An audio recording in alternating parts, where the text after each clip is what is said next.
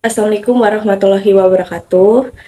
Izinkan saya untuk memperkenalkan diri terlebih dahulu. Perkenalkan, nama saya Isis Mawati, mahasiswa Stikes Cirebon dari kelas PSIKA.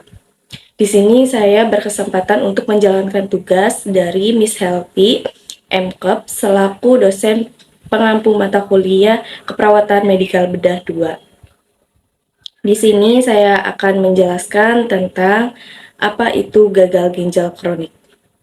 Baik, tanpa berlama-lama, di sini saya akan menjelaskan materi-materi berikutnya. Baik, tanpa berlama-lama, saya akan menjelaskan tentang apa itu gagal ginjal kronik. Simak videonya baik-baik ya.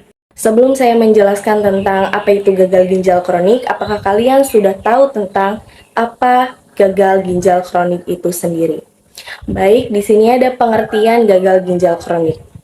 Apa sih gagal ginjal kronik itu? Penyakit ginjal kronik atau chronic kidney disease adalah keadaan di mana terjadi penurunan fungsi ginjal yang cukup berat secara perlahan-lahan atau menahun, disebabkan oleh berbagai penyakit ginjal. Penyakit ini bersifat progresif dan umumnya tidak dapat pulih kembali atau irreversible.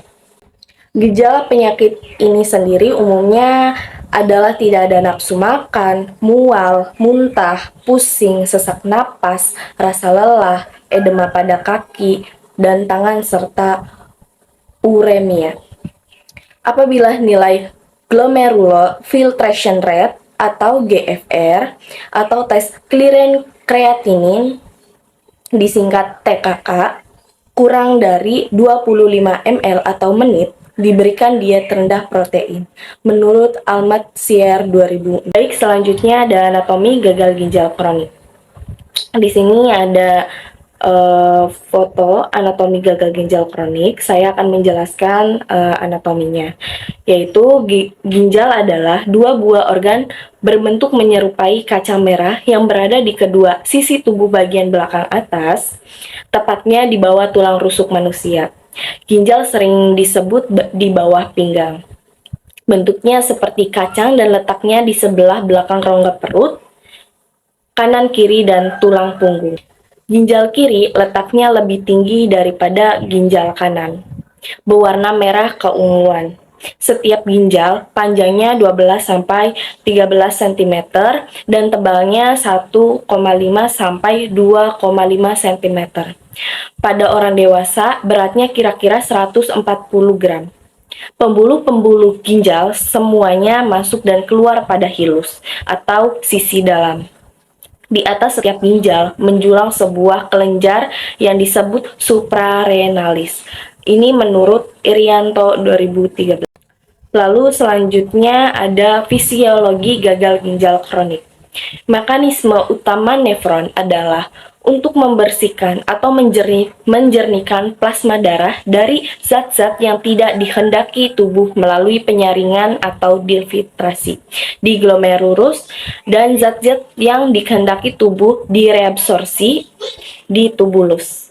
Sedangkan mekanisme kedua nefron adalah dengan sekresi atau prostaglandin oleh sel dinding ductus colligentes dan proktaksilin oleh arteriol dan glomerulus. Beberapa fungsi ginjal adalah sebagai berikut. Yang pertama, mengatur volume air atau cairan di dalam tubuh. Yang kedua, mengatur keseimbangan osmotik dan keseimbangan ion. Yang ketiga, mengatur keseimbangan asam basa cairan tubuh. Yang keempat, ekskresi sisa-sisa hasil metabolisme atau ureum, kreatin, dan asam urat. Yang kelima, fungsi hormonal dan metabolisme. Dan yang terakhir ada pengeluaran zat beracun dari dalam tubuh. Selanjutnya ada patofisiologi gagal ginjal kronik. Gagal ginjal kronis dimulai dari tahap awal gangguan, keseimbangan cairan, penanganan garam, serta penimbunan zat-zat sisa masih bervariasi dan bergantung pada area ginjal yang sakit. Sampai fungsi ginjal turun kurang dari 25% normal, manifestasi klinis ginjal kronik mungkin minimal karena nefron-nefron sisa yang sehat mengambil alih fungsi nefron yang rusak. Nefron yang tersisa ini meningkatkan kecepatan filtrasi, reabsorpsi, dan sekresinya, serta mengalami hipertrofi. Seiring dengan semakin banyaknya nefron yang mati, maka nefron yang tersisa menghadapi tugas yang semakin berat, sehingga nefron-nefron tersebut ikut rusak dan akhirnya mati. Lalu, apa itu tanda dan gejala gagal ginjal kronik? Yang pertama itu ada tekanan darah tinggi. Tekanan darah tinggi itu sendiri dapat menyebabkan gagal ginjal kronik itu sendiri. Dan yang kedua ada perubahan frekuensi dan jumlah air dalam sehari. Yang ketiga, adanya darah dalam urin. Yang keempat, lemas serta sulit tidur.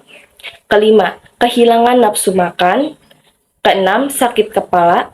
Ketujuh, tidak dapat berkonsentrasi misalnya pada saat mengerjakan tugas, mengerjakan aktivitas, atau lain-lainnya. Yang kedelapan ada gatal. Yang kesembilan ada sesak, mual dan muntah. Lalu yang terakhir ada bengkak, terutama pada kaki dan pergelangan kaki, serta pada kelopak mata waktu pagi hari. Lalu proses terjadinya gagal ginjal kronik itu sendiri bagaimana sih? Gagal ginjal kronis adalah kondisi di mana ginjal kehilangan fungsi secara bertahap selama beberapa bulan atau bertahun-tahun. Proses ini bisa disebabkan oleh berbagai faktor, yaitu yang pertama itu ada seperti hipertensi, diabetes, penyakit ginjal polistik, penyakit autoimun, dan faktor genetik. Gagal ginjal kronik biasanya berkembang secara bertahap selama beberapa tahun. Penyebabnya bisa bermacam-macam termasuk diabetes, tekanan darah tinggi, penyakit ginjal polistik, infeksi kronis, obstruksi saluran kemih, atau konsumsi obat tertentu secara berlebihan. Prosesnya melibatkan kerusakan bertahap pada ginjal yang menyebabkan fungsi mereka menurun secara perlahan hingga mencapai tingkat gagal ginjal kronik, di mana fungsi ginjal tidak bisa lagi mendukung kehidupan yang sehat tanpa bantuan dialisis atau transplantasi ginjal. Lalu, cara apa saja sih pengobatan pada gagal ginjal kronik itu sendiri? Yang pertama itu ada peritoneal dialisis. Apa itu peritoneal dialisis? Salah satu bentuk dari dialisis dengan membran peritoneal berlaku sebagai membran semi permeable untuk menarik kelebihan cairan dan racun dari darah kemudian masuk ke dalam rongga peritoneum yang cairan tersebut akan dialirkan melalui kateter yang telah dipasang. Cara yang kedua ada hemodialisa. Hemodialisa merupakan salah satu terapi yang tepat diberikan pada pasien dengan gagal ginjal kronik, stadium akhir. Hemodialisa dilakukan sepanjang hidup penderitanya dengan frekuensi terapi sekitar 1-3 kali dalam 1 minggu selama 4-5 jam. Pada masing-masing sesi, sesuai sampai pasien mendapatkan ginjal baru untuk selanjutnya dilakukan operasi transplantasi ginjal. Tujuan terapi hemodialisa bukan untuk menyembuhkan, tetapi sebagai pengganti fungsi ginjal yang rusak sehingga dapat mengurangi resiko kematian dan meningkatkan kualitas hidup pasien. Lalu, apa sih dampak gagal ginjal kronik itu sendiri kepada penderitanya? Dampak dari gagal ginjal itu sendiri yaitu kelemahan fisik, demam, nyeri kepala, dan seluruh badan, gangguan pada kulit, serta gangguan psikologis. Gagal ginjal kronik dapat mempengaruhi kesehatan seseorang, seperti mengalami kelelahan, kehilangan nafsu makan, dan kaki kram. Masalah-masalah umum lain yang disebabkan gagal ginjal antara lain adalah gatal, tidur bermasalah, kaki gelisah, tulang lemah, sendi bermasalah, hingga depresi. Lalu di sini ada tren dan isu tentang gagal ginjal kronik. Yang pertama itu ada penyakit ginjal kronik atau CKD merupakan masalah kesehatan masyarakat yang utama secara global dan dengan meningkatnya prevalensi diabetes dan hipertensi atau penyebab utama CKD seluruh dunia. Prevalensi gagal ginjal kronik ini diproyeksikan akan terus meningkat. Yang kedua, ada peningkatan beban ini diperkirakan akan terjadi di Asia, benua dengan jumlah penduduk terbesar dengan jumlah penduduk sampai 4,5 miliar jiwa atau 60% dari populasi global. Selanjutnya ada akumulasi data menunjukkan bahwa terdapat variasi substansial dalam prevalensi gagal ginjal kronik di seluruh wilayah. Namun, penilaian komprehensif terhadap prevalensi gagal ginjal kronik itu sendiri dan estimasi jumlah absolut penderita gagal ginjal kronik di Asia masih kurang.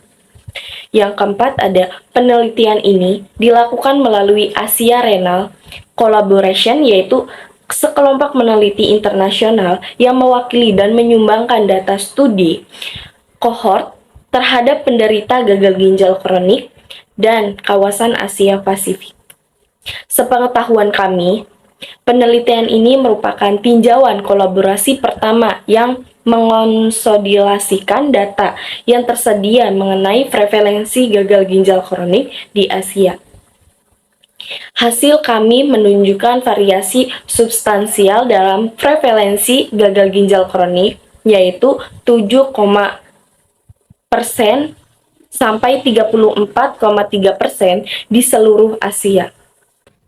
Kami memperkirakan sekitar 400.034,3 juta orang menderita gagal ginjal kronik di wilayah timur, selatan, dan tenggara Asia.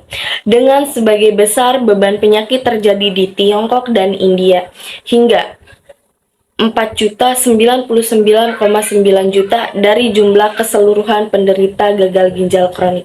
Temuan kami menunjukkan bahwa sebanyak 65,5 juta orang menderita gagal ginjal kronik stadium lanjut. Sayangi ginjal Anda, melakukan gaya hidup sehat dengan langkah yang cerdik. Cek kesehatan Anda secara rutin, enyahkan asap rokok, rajin beraktivitas fisik, diet sehat gizi seimbang, diantaranya minum air putih 8-10 gelas per hari. Istirahatlah yang cukup dan kelola stres. Kesehatan ginjal sangat penting untuk kualitas hidup Anda. Oleh karena itu, mulai dari sekarang, marilah kita peduli terhadap pencegahan dan faktor resikonya dengan memulai gaya hidup sehat. Baik, mungkin itu saja yang dapat saya jelaskan. Kurang lebihnya saya mohon maaf. Wassalamualaikum warahmatullahi wabarakatuh. Terima kasih.